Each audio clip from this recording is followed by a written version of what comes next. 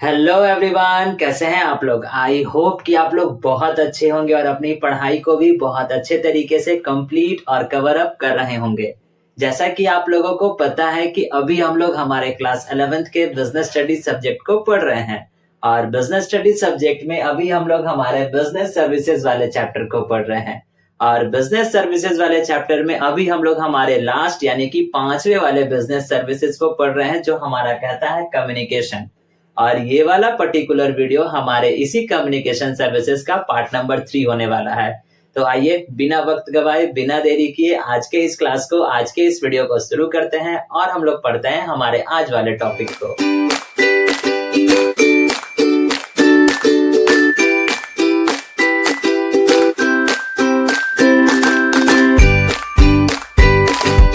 मैंने अभी आपको बताया कि आज के इस क्लास में हम लोग हमारे 5वें वाले बिजनेस सर्विसेज यानी कि कम्युनिकेशन सर्विसेज के पार्ट नंबर 3 को पढ़ेंगे।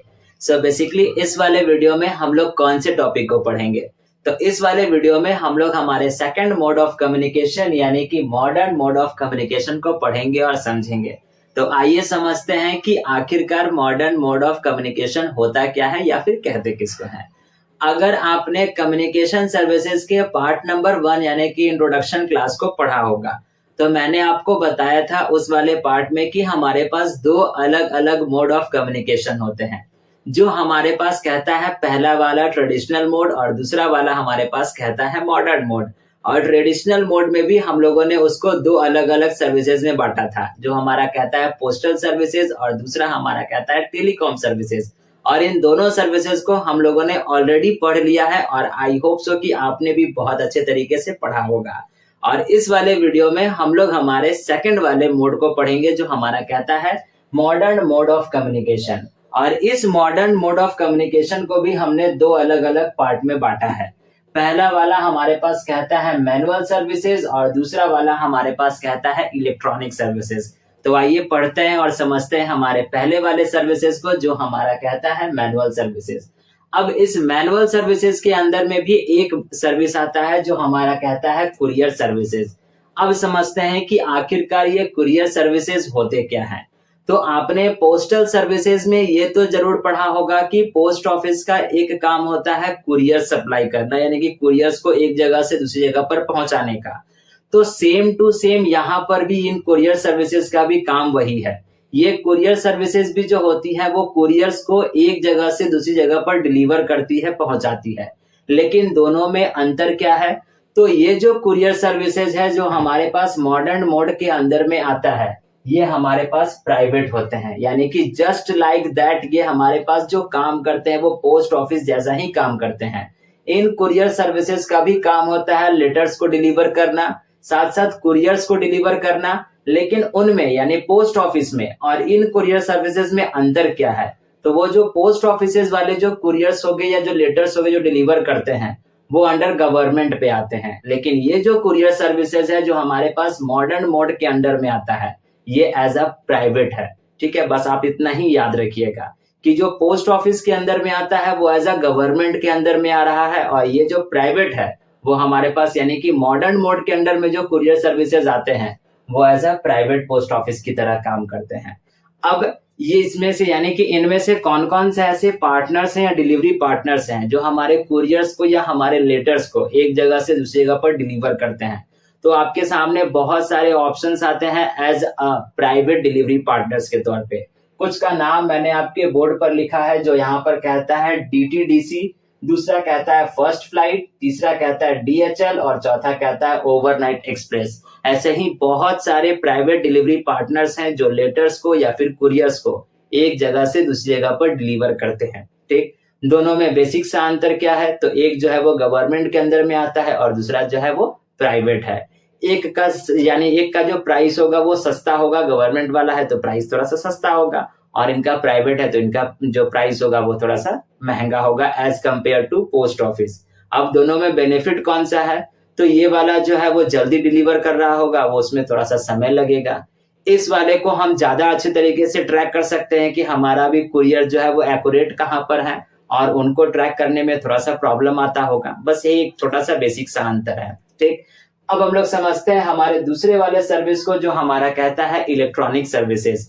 इन इलेक्ट्रॉनिक सर्विसेज को भी हमने 3 अलग अलग पार्ट में बांटा है तो बहुत सारे, लेकिन मेजर 3 आपको पढ़ने हैं तो 3 ही हम आपको बताएंगे और समझाएंगे।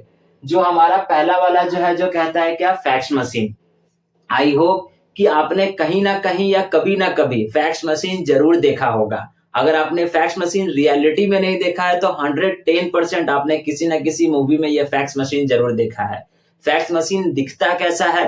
तो फैक्स मशीन जो है वो जस्ट लाइक दैट टेलीफोन की तरह दिखता है, लेकिन टेलीफोन में, और यानी कि लैंडलाइन फोन की हम बात कर रहे हैं, तो उस लैंडलाइन फोन में और इस फैक्स मशीन में डिफरेंस क्या है? तो उस लैंडलाइन फोन से बस केवल हम उठाते और नंबर डायल करते और बात कर सकते हैं, लेकिन इन फैक्स मशीन का फायदा ये होता है कि हम अपने मैसेज को भी भेज सकते हैं, यानी कि पर्टिकुलर एक पेपर जो होता है उसको भी हम सेंड कर सकते हैं एक जगह से दूसरी जगह पर, लेकिन एक शर्त होता है। अब ये क्या शर्त है, आइए इसको देखते हैं। कहता है क्या? कहता है it is a machine to send, यानी यहाँ पर होगा it is a machine used to, आप यूज्ड टू कर लीजिएगा। It is a machine used to send message through telephone, यानी कि ये एक ऐसा मशीन है जिसका इस्तेमाल किया जाता है मैसेज को भेजने के लिए थ्रू टेलीफोन। मैंने अभी जस्ट आपको बता दिया कि ये just like that landline phone की तरह होता है, टेलीफोन की तरह होता है। For use of fax machine it is necessary, लेकिन अगर हमको फैक्स मशीन को यूज करना है तो उसके लिए एक चीज मैंडेटरी है, कंपलसरी है, और वो क्या है कि that the senders as well as receiver has a fax machine, यानी कि भेजने वाले के पास भी और जिसके पास जो रिसीव हो रहा होगा मैसेज, उनके पास भी, दोनों के पास ही फैक्स मशीन का होना जरूरी है। अब ऐसा नहीं कि मेरे पास फैक्स मशीन है और हम मैसेज को भेज रहे, पेपर लगा दिए, सब कुछ रेडी कर दिए, लेकिन पता ये चला कि सामने वाले के पास फैक्स मशीन है ही नहीं। तो जब फैक्स मशीन है ही नहीं तो फिर उसके पास कहाँ से जाएगा वो लेटर? वो तो यही बात हो गया कि हम अपने व्हाट्सएप से मैसेज कर रहे हैं सामने वाले को और पता चला कि सामने वाले के पास जो है वो टिप टॉप यानी नोकिया वाला फोन है, तो आखिरकार उसके पास कहाँ से व्हाट्सएप पे मैसेज जाएगा? तो वही चीज यहाँ पर कहता है, यानी फैक्स मशीन को यूज करने के लिए एक चीज कंपलसरी है, मैंडेटरी है, और वो ये है कि रिसीवर के पास भी और साथ साथ सेंडर के पास भी, दोनों के पास ही फैक्स मशीन का होना जरूरी है। अगर आपने अभी तक फैक्स मशीन नहीं देखा या आपके दिमाग में नहीं आ रहा होगा तो साइड में कहीं पर भी स्क्रीन पर उस फैक्स मशीन का फिगर आ रहा होगा, फोटो आ रहा होगा, जहां से देखकर आप समझ सकते हो कि आखिरकार एक फैक्स मशीन किस तरीके का दिखता है। ठीक है, अब हम लोग बढ़ते हैं हमारे नेक्स्ट वाले की ओर, जो हमारा कहता है इंटरनेट। अब इसके बारे में तो आपको बताने की आवश्यकता नहीं है, क्योंकि आज के इस युग में चाहे वो बच्चा छोटा हो या बड़ा हो या फिर बूढ़ा हो जिसका दांत भी नहीं है, वो भी इंटरनेट को यूज कर रहा है। और आज तो जमाना हमारे पास 5G का आ गया, अनलिमिटेड यूज करते चले जाओ, तो इसके बारे में तो ज्यादा हमको बताने की आवश्यकता नहीं है। ये एक ऐसा मोड ऑफ कम्युनिकेशन हो गया कि हम अपने घर पर बैठे बैठे आज के इस दौर पे कहीं पर भी किसी भी दुनिया में हम पहुंच सकते हैं। घर पर बैठे हुए हैं और स्विट्जरलैंड का वीडियो देख रहे हैं और सपने देख रहे हैं कि स्विट्जरलैंड कहीं कभी ना कभी घूमने जाएंगे। तो ये चीजें होती हैं। तो आखिरकार ये क्यों पॉसिबल हो पा रहा है? तो इंटरनेट की वजह से हो रहा है। अब इस इंटरनेट का यूज हम लोग कौन कौन से डिवाइस में कर सकते हैं? तो आपको पता है, लैपटॉप में, कंप्यूटर में, टैबलेट में, मोबाइल फोन्स में, टीवीज में भी, यहाँ तक कि आज के इस दौर पर हम लोग इस इंटरनेट का यूज कर सकते हैं। और इस इंटरनेट को यूज करने के लिए हमारे पास क्या चाहिए होगा? या तो हमको मॉडेम चाहिए होगा, या तो फिर हम अपने घर में वाईफाई लगवा सकते हैं जिसको हम लोग राउटर भी कहते हैं, या तो हमारे मोबाइल फोन्स की बात की जाए तो सिम कार्ड चाहिए होगा जिसमें हम अपना 5G का या फिर जो भी जो डाटा पैक होगा वो हम डलवाएंगे और उसके बाद हम आराम से उस इंटरनेट को यूज कर सकते हैं। ठीक है, नेक्स्ट वाले की ओर बढ़ते हैं, जो नेक्स्ट हमारा कहता है ईमेल। ईमेल जिसका फुल फॉर्म हम लोग इलेक्ट्रॉनिक मेल के भी नाम से जानते हैं। अब ये ईमेल भी कहते हैं किसको है, ये आप भली भांति जानते हो, क्योंकि आपके पास अगर स्मार्टफोन है तो बिना ईमेल बनाए हुए तो आप तो यूट्यूब भी स्क्रॉल नहीं कर सकते और ना ही प्ले स्टोर बना सकते हो, ना ही प्ले स्टोर यूज कर सकते हो। तो उसके लिए ईमेल का होना जरूरी है। और आई थिंक और आई होप कि आज के जनरेशन के हर एक बच्चे के पास या हर एक इंसान के पास खुद का एक अपना ईमेल आईडी जरूर से होगा, जिसको हम लोग इलेक्ट्रॉनिक मेल कहते हैं। अब इसका फायदा क्या है? तो इसका सबसे बड़ा फायदा ये है कि ये मैसेज को भेजने के लिए या साथ साथ मंगवाने के लिए, और बस केवल मैसेज ही नहीं, फोटो हो, वीडियो हो या कोई भी फाइल हो, उसको भी भेजने के लिए या मंगवाने के लिए सबसे एक सस्ता और सबसे एक अच्छा साधन बनकर कर आया है और सबसे ज्यादा रिलायबल साधन भी है। क्योंकि जब तक हमारे पास उस पर्टिकुलर इंसान का आईडी नहीं होगा, आईडी आपको पता है कि ईमेल आईडी की मैं बात कर रहा हूँ, जब तक उसका नहीं होगा तब तक हम उसको भेज नहीं पाएंगे। और साथ साथ उस आईडी के साथ साथ हमारा पासवर्ड भी होता है, तो हमको खुद को पासवर्ड होगा, यानी कि दूसरा इंसान हमारे आईडी को यूज भी नहीं कर सकता है। जो भी हमारे वीडियोस होंगे, फोटोज होंगे या फिर फाइल्स होंगी, वो हमारे पास ही रह जाएंगी। देखिए इसके बारे में क्या लिखता है, कहता है क्या, it is the most popular and cheaper and speedier method of sending message in and outside of the country. ये वाला जो मेथड है या फिर ये वाला जो मोड ऑफ कम्युनिकेशन है वो सबसे ज्यादा पॉपुलर भी है, सबसे ज्यादा सस्ता भी है और सबसे ज्यादा स्पीडियर भी है। यानी बस सिंगल क्लिक पे हमारा मैसेज जो है वो सामने वाले के पास पहुंच जाता है। लेकिन पोस्टल सर्विसेज में ऐसा नहीं हो रहा था। पोस्टल सर्विसेज में हमको वेट करना था। हम पहले चिट्ठी लिख दिए, उसके बाद उसको लेके गए पोस्ट ऑफिस में, उनको जमा करवाएं, वो 10 दिन 15 दिन 20 दिन जो भी वो समय ले अपना लेगा, फिर सामने वाले इंसान के पास जाएगा, फिर उसको मिलेगा बेचारा, फिर वो रिप्लाई करेगा, फिर सेम प्रोसेस होगा। यानी एक बार कम्युनिकेशन करने में कम से कम 20 से 25 दिन का समय लग जाएगा।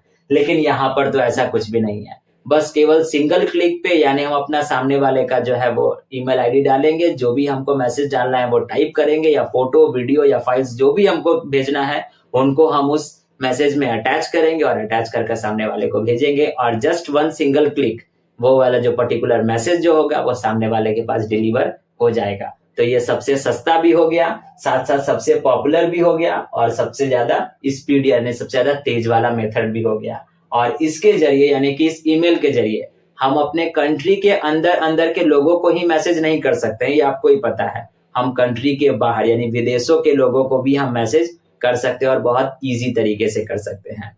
तो ये थे हमारे पास particular modern modes of communication.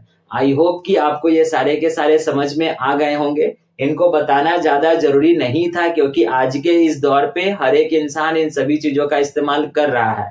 लेकिन फिर भी आपके बुक में, आपके सिलेबस में ये वाला टॉपिक था, तो इसी कारण से मैंने आपको बता दिया, मैंने आपको पढ़ा दिया। और आई होप सो कि आपको अच्छे तरीके से समझ में भी आ गया होगा। तो अभी आप क्या कीजिएगा, वीडियो को पॉज कर लीजिए और इसका स्क्रीनशॉट लेकर कर अपने पास रख लीजिए और मेक श्योर कि आप अपने कॉपी में इसको बहुत अच्छे तरीके से लिखिएगा। ठीक है, तो आज के इस वीडियो के लिए बस इतना ही हम लोग रहने देते हैं। और इसी वीडियो के साथ हमारा ये कम्युनिकेशन सर्विसेज वाला पार्ट भी जो है वो अब खत्म हो गया। इनफैक्ट हमारा बिजनेस सर्विसेज वाला चैप्टर ही खत्म हो गया। यानी कि अब हम लोग मिलेंगे हमारे बिजनेस स्टडीज के नेक्स्ट वाले क्लास में नए वाले चैप्टर के साथ। तब तक के लिए आपको पता है करना है क्या, अगर आप वीडियो को यहाँ तक देखे हो, ये सारे के सारे पॉइंट्स, ये सारे के सारे मोड्स ऑफ कम्युनिकेशंस आपको अच्छे तरीके से समझ में आ गए हैं, तो वीडियो को लाइक करके जाइएगा। चैनल पर नए होंगे तो चैनल को सब्सक्राइब भी कर लीजिएगा और अपने फ्रेंड्स के साथ शेयर भी करते जाइएगा। और हाँ, लास्ट जाते जाते एक प्यारा सा कमेंट भी करते जाइएगा। अब हम लोग मिलेंगे हमारे इसी बिजनेस स्टडीज के क्लासेस में और नेक्स्ट वाले वीडियो में नए वाले चैप्टर के साथ। तब तक के लिए आप अपना ख्याल रखिएगा, ध्यान रखिएगा। Thank you and bye bye.